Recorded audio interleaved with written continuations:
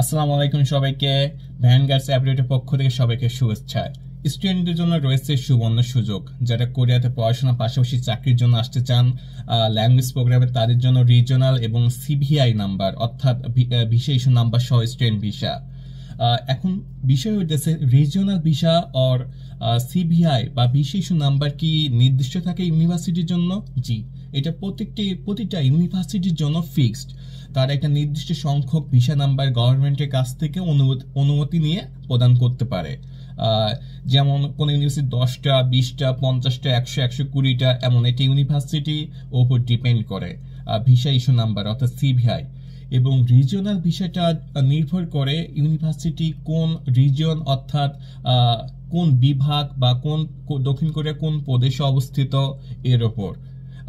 এটা তারা গভর্নমেন্টের কাছে এটা নির্দিষ্ট সংখ্যক অনুমতি নিয়ে আসতে হয়, এটা তারা ইচ্ছা মতো দিতে পারে না।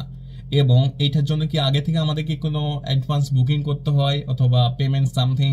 যে এটা অবশ্যই আপনাকে অ্যাডভান্স কিছু বুকিং করতে হয়, এটা ইউনিভার্সিটিকে অথবা আপনি যে এজেন্সির মাধ্যমে আসতে চান তাদেরকে ইনফর্ম করতে হয় যে আমি রিজিওনাল ভিসা অথবা সিভিআই নাম্বার নিব, কারণ এটা হচ্ছে একটা নির্দিষ্ট সংখ্যায়, এটা চাইলে তারা এক্সট্রা প্রোভাইড করতে পারে না। তো ধন্যবাদ সবাইকে।